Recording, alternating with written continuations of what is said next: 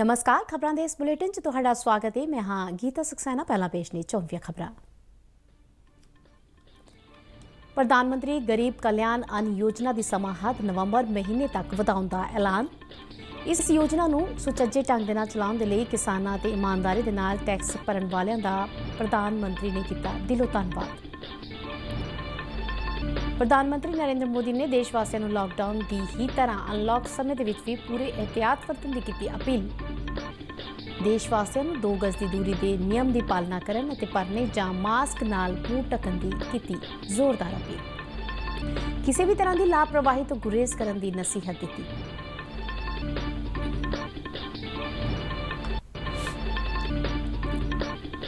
सूचना ते प्रसारण मंत्री प्रकाश जावड़ेकर ने कहा कि पीएम गरीब कल्याण योजना की समाहद ਨੂੰ ਵਧਾਉਣ ਨਾਲ 5 ਮਹੀਨਿਆਂ ਦੇ ਲਈ 80 ਕਰੋੜ ਲੋੜਵੰਦਾਂ ਨੂੰ 25 किलो मुफ्त अनाज मिलना संभव हो सकेगा।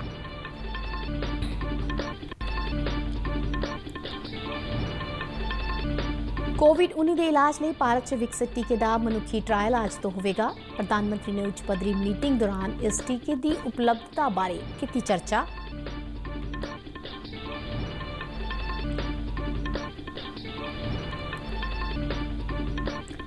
देश और सूबे में कोरोना वायरस के मामलों च लगातार वाधा जारी। सेहतयाब होने वाले मरीजों की गिनती एक्टिव केसां नाल किते वध। पंजाब सरकार ने सेहत और मैडिकल सिक्ख्या विभागों के 4000 तो वध असामियां भरन नूं दित्ती मंजूरी।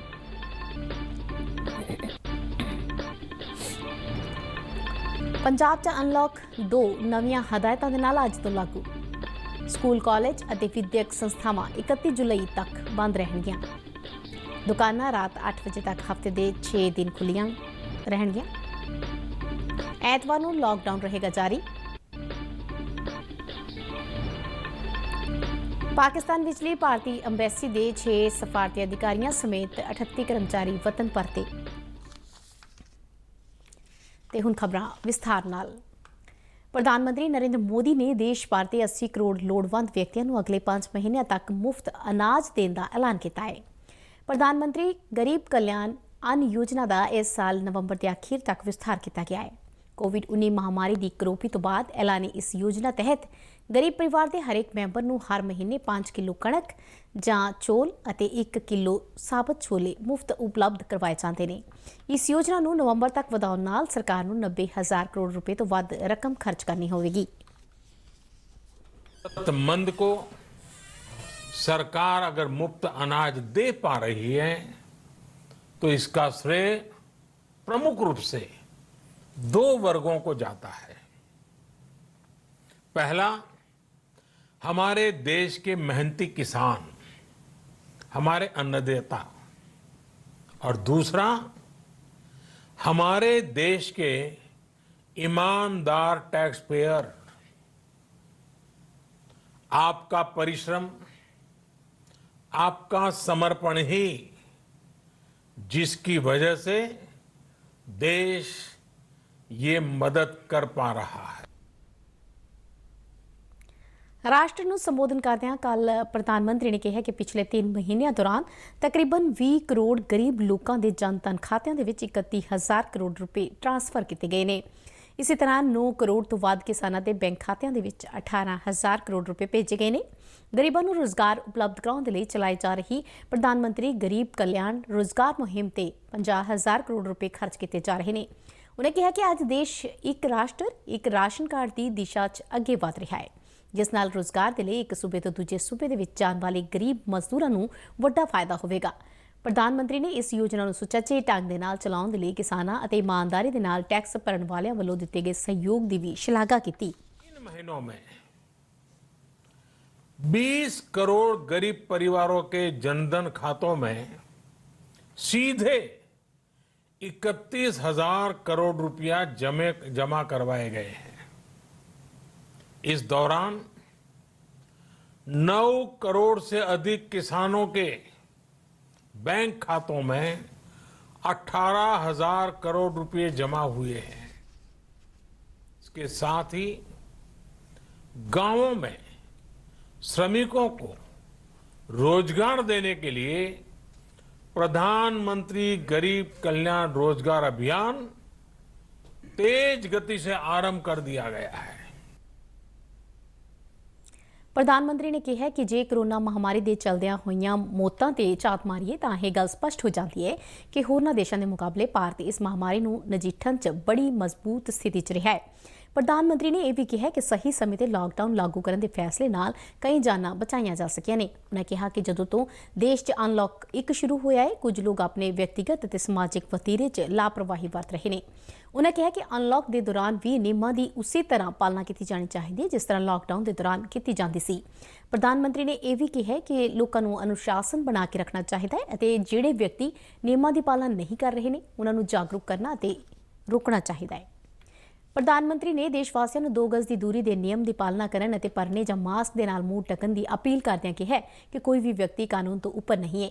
ਉਨ੍ਹਾਂ ਕਿਹਾ ਕਿ ਸਾਰਿਆਂ ਨੂੰ ਸਿਹਤ ਸੰਬੰਧੀ ਦਿਸ਼ਾ ਨਿਰਦੇਸ਼ਾਂ ਦੀ ਪਾਲਣਾ ਕਰਨੀ ਹੋਵੇਗੀ, ਭਾਵੇਂ ਉਹ ਪਿੰਡ ਦਾ ਸਰਪੰਚ ਹੋਵੇ ਜਾਂ ਪ੍ਰਧਾਨ ਮੰਤਰੀ, ਕੋਈ ਵੀ ਕਾਨੂੰਨ ਤੋਂ ਉੱਪਰ नहीं है। मन हुआ है व्यक्तिगत और सामाजिक व्यवहार में लापरवाही जरा बढ़ती ही चली जा रही है। पहले हम मास्क को लेकर, 2 गज की दूरी को लेकर 20 सेकंड तक दिन में कई बार हाथ धोने को लेकर बहुत सतर्क थे, लेकिन आज जब हमें ज्यादा सतर्कता की जरूरत है तो लापरवाही बढ़ना बहुत ही चिंता का कारण है। ਕੇਂਦਰੀ ਸੂਚਨਾ ਤੇ ਪ੍ਰਸਾਰਣ ਮੰਤਰੀ ਪ੍ਰਕਾਸ਼ ਜਾਵੜੇਕਰ ਨੇ ਪ੍ਰਧਾਨ ਮੰਤਰੀ ਨਰਿੰਦਰ ਮੋਦੀ ਵੱਲੋਂ ਪੀਐਮ ਗਰੀਬ ਕਲਿਆਣ ਅੰਨ ਯੋਜਨਾ ਨੂੰ ਨਵੰਬਰ ਦੇ ਅਖੀਰ ਤੱਕ ਵਧਾਉਣ ਦੇ ਫੈਸਲੇ ਨੂੰ ਇੱਕ ਸ਼ਲਾਘਾਯੋਗ ਕਦਮ ਦੱਸਿਆ ਹੈ। ਕੇਂਦਰੀ ਮੰਤਰੀ ਨੇ ਕਿਹਾ ਕਿ ਇਸ ਉਪਰਾਲੇ ਨਾਲ ਗਰੀਬਾਂ ਤੇ ਜ਼ਰੂਰਤਮੰਦਾਂ ਦੀ ਭਲਾਈ ਦੇ ਲਈ ਚਲਾਈ ਜਾ ਰਹੀ ਸਕੀਮ ਨੂੰ ਹੋਰ ਮਜ਼ਬੂਤੀ ਮਿਲੇਗੀ ਤੇ ਉਹਨਾਂ ਦੀ ਖੁਰਾਕ ਸੁਰੱਖਿਆ ਯਕੀਨੀ ਬਣਾਉਣਾ ਸੰਭਵ ਹੋ ਸਕੇਗਾ। ਉਨ੍ਹਾਂ ਕਿਹਾ ਕਿ ਗਰੀਬਾਂ ਦੀ ਭਲਾਈ ਦੀ ਇਸ ਯੋਜਨਾ ਦਾ ਇਸ ਲਈ ਵਿਸਥਾਰ ਕੀਤਾ ਗਿਆ ਹੈ ਤਾਂ ਜੋ ਦੇਸ਼ ਦੇ ਵਿੱਚ ਕੋਈ ਭੁੱਖਾ ਨਾ ਹੋਵੇ। ਇਸ ਯੋਜਨਾ ਤਹਿਤ ਅਗਲੇ 5 ਮਹੀਨਿਆਂ ਦੇ ਲਈ 80 ਕਰੋੜ ਲੋਕਾਂ ਨੂੰ 25 ਕਿਲੋ ਅਨਾਜ ਮੁਫਤ ਮਿਲਣਾ ਸੰਭਵ ਹੋ ਸਕੇਗਾ। ਕੇਂਦਰੀ ਮੰਤਰੀ ਨੇ ਕਿਹਾ ਕਿ ਸਰਕਾਰ ਨੇ 1,70,000 ਕਰੋੜ ਰੁਪਏ ਦੇ ਆਪਣੇ ਪੈਕੇਜ ਰਾਹੀਂ ਗਰੀਬਾਂ ਨੂੰ ਮੁਫਤ ਰਾਸ਼ਨ, ਰਸੋਈ ਗੈਸ ਅਤੇ ਰਕਮਾਂ ਉਪਲਬਧ ਕਰਵਾਈਆਂ ਨੇ। ਪ੍ਰਧਾਨ ਮੰਤਰੀ ਨਰਿੰਦਰ ਮੋਦੀ ਨੇ ਦੇਸ਼ ਦੇ ਵਿੱਚ ਕਰੋਨਾ ਦਾ ਪਹਿਲਾ ਟੀਕਾ ਕੋਵੈਕਸਿਨ ਬਣ ਜਾਣ ਤੋਂ ਬਾਅਦ ਟੀਕਾਕਰਨ ਦੀਆਂ ਤਿਆਰੀਆਂ ਨੂੰ ਲੈ ਕੇ ਨਵੀਂ ਦਿੱਲੀ 'ਚ ਇੱਕ ਉੱਚ ਪੱਧਰੀ ਮੀਟਿੰਗ ਕੀਤੀ। ਪ੍ਰਧਾਨ ਮੰਤਰੀ ਨੇ ਸਮੇਂ ਸਿਰ ਟੀਕਾ ਵਿਕਸਿਤ ਕਰਨ ਅਤੇ ਲੋਕਾਂ ਤੱਕ ਪਹੁੰਚਾਉਣ ਦੇ ਲਈ ਤਕਨੀਕ ਦੀ ਪੂਰੀ ਵਰਤੋਂ ਕਰਨ ਦੇ ਨਿਰਦੇਸ਼ ਦਿੱਤੇ। ਹੈਦਰਾਬਾਦ ਦੇ ਇੱਕ ਫਾਰਮਾ ਕੰਪਨੀ ਭਾਰਤ ਬਾਇਓਟੈਕ ਵੱਲੋਂ ਡਾਕਟਰੀ ਖੋਜ ਬਾਰੇ ਭਾਰਤੀ ਕੌਂਸਲ ਯਾਨੀ ICMR ਅਤੇ national institute of biology Pune ਦੇ ਨਾਲ ਮਿਲ ਕੇ ਇਹ ਟੀਕਾ ਤਿਆਰ ਕੀਤਾ ਗਿਆ ਹੈ, ਜਿਸ ਦੇ ਪ੍ਰੀ ਕਲੀਨਿਕਲ ਟ੍ਰਾਇਲ ਕਾਮਯਾਬ ਹੋ ਰਹੇ ਨੇ। ਹੁਣ ਇਸ ਦਾ ਪ੍ਰੀਖਣ ਇਨਸਾਨਾਂ ਤੇ ਕਰਨ ਨੂੰ drug controller general of India ਨੇ ਮਨਜ਼ੂਰੀ ਦੇ ਦਿੱਤੀ ਹੈ। ਇਹ ਤਜਰਬੇ ਅੱਜ ਤੋਂ ਸ਼ੁਰੂ ਹੋਣਗੇ। ਪ੍ਰਧਾਨ ਮੰਤਰੀ ਨੇ ਵੀ ਕਿਹਾ ਹੈ ਕਿ ਵੱਡੇ ਪੱਧਰ ਤੇ ਟੀਕਾਕਰਨ ਦੀ ਯੋਜਨਾ ਛੇਤੀ ਤਿਆਰ ਕੀਤੀ ਜਾਵੇ। ਉਹਨਾਂ ਸਭ ਤੋਂ ਪਹਿਲਾਂ ਅਜਿਹੇ ਮਰੀਜ਼ਾਂ ਦਾ ਟੀਕਾਕਰਨ ਕਰਨ ਦੀ ਹਦਾਇਤ ਕੀਤੀ ਜਿਨ੍ਹਾਂ ਨੂੰ ਖਤਰਾ ਜ਼ਿਆਦਾ ਹੈ। ਪ੍ਰਧਾਨ ਮੰਤਰੀ ਨੇ ਟੀਕੇ ਨੂੰ ਸਸਤਾ ਤੇ ਆਸਾਨੀ ਦੇ ਨਾਲ ਉਪਲਬਧ ਹੋਣ ਨੂੰ ਯਕੀਨੀ ਬਣਾਉਣ ਤੇ ਜ਼ੋਰ ਦਿੰਦਿਆਂ ਕਿਹਾ ਕਿ ਸਭ ਤੋਂ ਪਹਿਲਾਂ ਡਾਕਟਰਾਂ, ਨਰਸਾਂ ਤੇ ਸਿਹਤ ਸੰਭਾਲ ਕਾਰਕੁਨਾਂ ਨੂੰ ਤਰਜੀਹ ਦਿੱਤੀ ਜਾਵੇਗੀ। ਟੀਕਾਕਰਨ ਲਈ ਰਿਹਾਇਸ਼ੀ ਸਰਟੀਫਿਕੇਟ ਵਰਗੇ ਕਿਸੇ ਦਸਤਾਵੇਜ਼ ਦੀ ਲੋੜ ਨਹੀਂ ਹੋਵੇਗੀ। ਭਾਰਤ ਬਾਇਓਟੈਕ ਮੁਤਾਬਕ ਪ੍ਰੀ ਕਲੀਨਿਕਲ ਟ੍ਰਾਇਲ 'ਚ ਨਤੀਜੇ ਕਾਫੀ ਸੁਰੱਖਿਅਤ ਅਤੇ ਅਸਰਦਾਰ ਰਹੇ ਨੇ। ਦੇਸ਼ 'ਚ 5 ਹੋਰ ਕੰਪਨੀਆਂ ਵੀ ਕੋਵਿਡ-19 ਦਾ ਟੀਕਾ ਵਿਕਸਿਤ ਕਰਨ ਦੀ ਦਿਸ਼ਾ 'ਚ ਕੰਮ ਕਰ ਰਹੀਆਂ ਨੇ। ਆਤਮ ਨਿਰਭਰ ਭਾਰਤ ਅਭਿਆਨ ਤਹਿਤ ਕੋਰੋਨਾ ਵਾਇਰਸ ਦੇ ਖਿਲਾਫ ਜੰਗ ਦੇ ਵਿੱਚ ਕੰਪਨੀਆਂ ਨੂੰ ਸਮਰਥਨ ਦੇਣ ਦੇ ਲਈ PM ਕੇਅਰ ਫੰਡ ਤੋਂ 100 ਕਰੋੜ ਰੁਪਏ ਦੇ ਫੰਡ ਜਾਰੀ ਕਰਨ ਦਾ ਐਲਾਨ ਕੀਤਾ ਗਿਆ ਹੈ। ਭਾਰਤ ਵਿੱਚ ਕੋਰੋਨਾ ਵਾਇਰਸ ਦੇ ਮਾਮਲਿਆਂ ਦੀ ਗਿਣਤੀ ਦੇ ਵਿੱਚ ਲਗਾਤਾਰ ਵਾਧਾ ਜਾਰੀ ਹੈ। ਦੇਸ਼ ਦੇ ਵਿੱਚ ਹੁਣ ਤੱਕ ਕੋਰੋਨਾ ਵਾਇਰਸ ਦੀ ਪੁਸ਼ਟੀ ਵਾਲੇ ਮਰੀਜ਼ਾਂ ਦੀ ਗਿਣਤੀ 5,66,840 ਤੱਕ ਪਹੁੰਚ ਗਈ ਹੈ। ਕੇਂਦਰੀ ਸਿਹਤ ਵਿਭਾਗ ਵੱਲੋਂ ਜਾਰੀ ਅੰਕੜਿਆਂ ਅਨੁਸਾਰ ਹੁਣ ਤੱਕ 3,34,822 ਕੋਰੋਨਾ ਮਰੀਜ਼ ਸਿਹਤਯਾਬ ਹੋ ਕੇ ਘਰੀਂ ਪਰਤੇ ਨੇ। ਇਸ ਵੇਲੇ ਭਾਰਤ ਦੇ ਵਿੱਚ ਕੋਰੋਨਾ ਤੋਂ ਠੀਕ ਹੋਣ ਦੀ ਦਰ 59.07 ਤੱਕ ਪਹੁੰਚ ਗਈ ਹੈ। ਇਧਰ ਪੰਜਾਬ ਦੇ ਵਿੱਚ ਕੋਰੋਨਾ ਵਾਇਰਸ ਦੀ ਪੁਸ਼ਟੀ ਵਾਲੇ ਮਰੀਜ਼ਾਂ ਦੀ ਗਿਣਤੀ 5,568 ਹੋ ਗਈ ਹੈ, ਜਿਸ ਵਿੱਚੋਂ 3,867 ਮਰੀਜ਼ ਸਿਹਤਯਾਬ ਹੋ ਕੇ ਆਪਣੇ ਘਰੀਂ ਪਰਤ ਚੁੱਕੇ ਨੇ। ਕੋਰੋਨਾ ਵਾਇਰਸ ਨਾਲ ਮਰਨ ਵਾਲਿਆਂ ਦੀ ਗਿਣਤੀ 144 ਹੋ ਗਈ ਹੈ। ਇਸ ਤੋਂ ਇਲਾਵਾ 1,557 ਵਿਅਕਤੀਆਂ ਨੂੰ ਇਕਾਂਤਵਾਸ ਦੇ ਵਿੱਚ ਰੱਖਿਆ ਗਿਆ ਹੈ। ਅੰਮ੍ਰਿਤਸਰ, ਲੁਧਿਆਣਾ ਤੇ ਜਲੰਧਰ ਜ਼ਿਲ੍ਹੇ ਕੋਰੋਨਾ ਵਾਇਰਸ ਨਾਲ ਸਭ ਤੋਂ ਵੱਧ ਪ੍ਰਭਾਵਿਤ ਨੇ।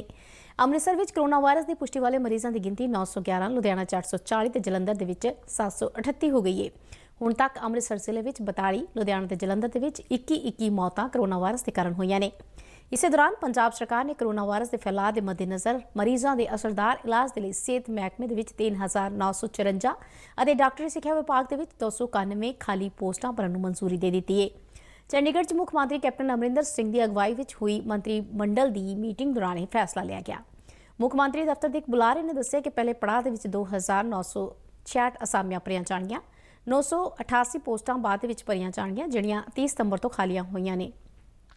ਕੈਬਨਿਟ ਨੇ ਪਹਿਲਾਂ ਤੋਂ ਸਿਹਤ ਮਹਿਕਮੇ ਦੇ ਵਿੱਚ ਕੰਟਰੈਕਟ ਜਾਂ ਆਊਟਸੋਰਸਿੰਗ ਆਧਾਰ ਤੇ ਕੰਮ ਕਰਦੇ ਡਾਕਟਰਾਂ ਅਤੇ ਹੋਰ ਮੁਲਾਜ਼ਮਾਂ ਦੇ ਲਈ ਭਰਤੀ ਦੀ ਵੱਧ ਤੋਂ ਵੱਧ ਉਮਰ ਹੱਦ ਵਧਾ ਕੇ 45 ਸਾਲ ਕਰ ਦਿੱਤੀ ਹੈ। ਕੇਂਦਰ ਸਰਕਾਰ ਵੱਲੋਂ ਅਨਲੌਕ 2 ਦੇ ਲਈ ਜਾਰੀ ਕੀਤੀਆਂ ਗਈਆਂ ਨਵੀਆਂ ਹਦਾਇਤਾਂ ਤੋਂ ਬਾਅਦ ਪੰਜਾਬ ਸਰਕਾਰ ਵੱਲੋਂ ਵੀ ਸੂਬੇ ਦੇ ਵਿੱਚ ਅਨਲੌਕ 2 ਦੇ ਲਈ ਹਦਾਇਤਾਂ ਜਾਰੀਆਂ ਕੀਤੀਆਂ ਗਈਆਂ ਨੇ।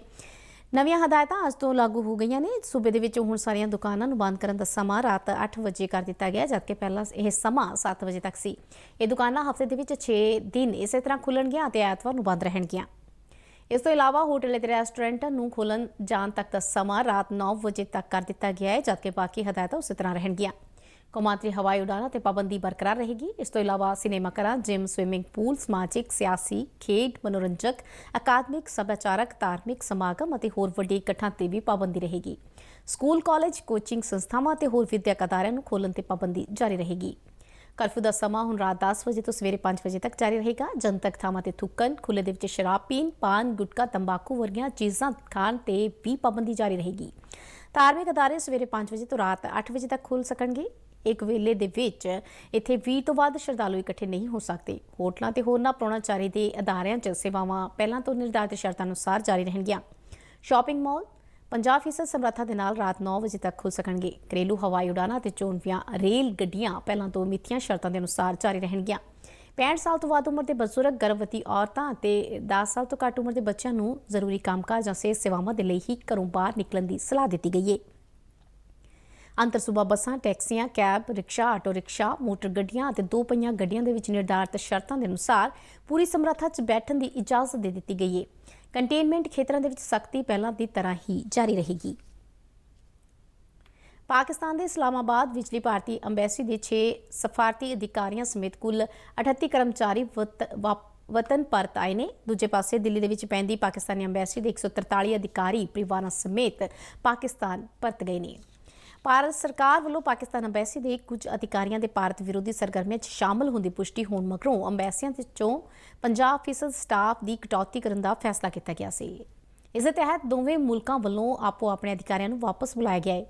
ਭਾਰਤੀ ਅਧਿਕਾਰੀਆਂ ਦੇ ਵਤਨ ਵਾਪਸ ਪੁੱਜਣ ਤੇ ਸਿਹਤ ਵਿਭਾਗ ਵੱਲੋਂ ਉਹਨਾਂ ਦੀ ਡਾਕਟਰੀ ਜਾਂਚ ਕੀਤੀ ਗਈ। ਕਸਟਮ ਅਤੇ ਇਮੀਗ੍ਰੇਸ਼ਨ ਦੀ ਕਾਰਵਾਈ ਪੂਰੀ ਕਰਨ ਮਗਰੋਂ ਇਹਨਾਂ ਸਾਰਿਆਂ ਨੂੰ ਅੰਮ੍ਰਿਤਸਰ ਭੇਜਿਆ ਗਿਆ ਹੈ। ਅੰਮ੍ਰਿਤਸਰ ਦੇ SDM 2 ਡਾਕਟਰ ਸ਼ਿਵਰਾਜ ਸਿੰਘ ਬੱਲ ਨੇ ਦੱਸਿਆ ਕਿ ਇਹਨਾਂ ਸਾਰੇ ਭਾਰਤੀ ਅਧਿਕਾਰੀਆਂ ਨੂੰ ਅੰਮ੍ਰਿਤਸਰ ਦੇ ਵੱਖੋ ਵੱਖਰੇ ਹੋਟਲਾਂ ਦੇ ਵਿੱਚ ਇਕਾਂਤਵਾਸ 'ਚ ਰੱਖਿਆ ਗਿਆ ਹੈ। ਅਗਲੇ 2 ਦਿਨਾਂ 'ਚ ਇਹਨਾਂ ਦੇ ਕਰੋਨਾ ਟੈਸਟ ਕੀਤੇ ਜਾਣਗੇ, ਜਿਸ ਦੀ ਰਿਪੋਰਟ ਨੈਗੇਟਿਵ ਆਉਣ ਮਗਰੋਂ ਇਹਨਾਂ ਨੂੰ ਦਿੱਲੀ ਰਵਾਨਾ ਕੀਤਾ ਜਾਵੇਗਾ, ਜਿੱਥੇ ਇਹਨਾਂ ਨੂੰ ਆਪੋ ਆਪਣੇ ਘਰਾਂ 'ਚ ਅਗਲੇ ਕੁਝ ਦਿਨਾਂ ਦੇ ਲਈ ਇਕਾਂਤਵਾਸ 'ਚ ਰਹਿਣ ਦੇ ਹੁਕਮ ਦਿੱਤੇ ਜਾਣਗੇ। आज थर्ड फेज़ में जो है हमारे पास पहले 25 तारीख को 204 लोग आए हैं और 26 को 215। इस हिसाब से आज जो थर्ड डे है, वैसे लिस्ट के हिसाब से 248 की फिगर है, बट सिंस कुछ लोग पिछले 2 दिन में क्रॉस नहीं कर पाए तो एक्सपेक्टेड है कि ये फिगर बढ़ भी सकती है। लेट्स सी कि जो भी इमिग्रेशन और उनमें मीटिंग होती है उसके बाद ये फिगर ज़्यादा क्लियर हो जाएगी। ਜੰਮੂ ਕਸ਼ਮੀਰ ਦੇ DGP ਦਿਲਬਾਗ ਸਿੰਘ ਨੇ ਕਿਹਾ ਹੈ ਕਿ ਹੁਰੀਅਤ ਕਾਨਫਰੰਸ ਤੋਂ ਸੈਯਦ ਅਲੀ ਸ਼ਾਹ ਗਿਲਾਨੀ ਦਾ ਅਸਤੀਫਾ ਕਸ਼ਮੀਰ 'ਚ ਵੱਖ-ਵੱਖ ਦੇ ਨਾਕਾਮ ਹੋਣ ਦਾ ਸੰਕੇਤ ਹੈ। ਰਾਜੌਰੀ ਫੇਰੀ ਦੌਰਾਨ ਉਨ੍ਹਾਂ ਪੱਤਰਕਾਰਾਂ ਦੇ ਨਾਲ ਗੱਲਬਾਤ ਕਰਦਿਆਂ ਕਿਹਾ ਕਿ ਪਾਕਿਸਤਾਨ ਵੱਲੋਂ ਰਾਜੌਰੀ ਪੁੰਛ ਖੇਤਰ 'ਚ ਅੱਤਵਾਦ ਨੂੰ ਹੱਲਾਸ਼ੇਰੀ ਦੇਣ ਦੇ ਮੰਤਵ ਦੇ ਨਾਲ ਲਗਾਤਾਰ ਘੁਸਪੈਠ ਦੀਆਂ ਕੋਸ਼ਿਸ਼ਾਂ ਕੀਤੀਆਂ ਜਾ ਰਹੀਆਂ ਨੇ। DGP ਨੇ ਕਿਹਾ ਕਿ ਮੁਸਤੈਦ ਭਾਰਤੀ ਜਵਾਨਾਂ ਵੱਲੋਂ ਪਾਕਿਸਤਾਨ ਦੀ ਹਰ ਇੱਕ ਕੋਸ਼ਿਸ਼ ਨੂੰ ਨਾਕਾਮ ਕਰਦਿਆਂ ਉਸ ਦਾ ਮੂੰਹ ਤੋੜਵਾਂ ਜਵਾਬ ਦਿੱਤਾ ਜਾ ਰਿਹਾ ਹੈ। ਉਨ੍ਹਾਂ ਕਿਹਾ ਕਿ ਜੰਮੂ ਕਸ਼ਮੀਰ 'ਚ ਇਸ ਸਾਲ ਹੁਣ ਤੱਕ 128 ਅੱਤਵਾਦੀਆਂ ਦਾ ਸਫਾਇਆ ਕੀਤਾ ਜਾ ਚੁੱਕਾ ਹੈ। ਭਟਕ ਕੇ ਅੱਤਵਾਦ ਦੀ ਰਾਹ 'ਤੇ ਚੱਲਣ ਵਾਲੇ ਨੌਜਵਾਨ ਮੁੱਖ ਧਾਰਾ 'ਚ ਵਾਪਸ ਪਰਤ ਰਹੇ ਨੇ, ਜਿਹੜਾ ਸੂਬੇ ਦੀ ਸ਼ਾਂਤੀ ਦੇ ਲਈ ਇੱਕ ਚੰਗਾ ਸੰਕੇਤ ਹੈ। ਇਸ ਦੇ ਨਾਲ ਹੀ ਖਬਰਾਂ ਦਾ ਇਹ ਬੁਲੇਟਿਨ ਖਤਮ ਹੁੰਦਾ ਹੈ। ਇਜਾਜ਼ਤ ਦਿਓ, ਨਮਸਕਾਰ।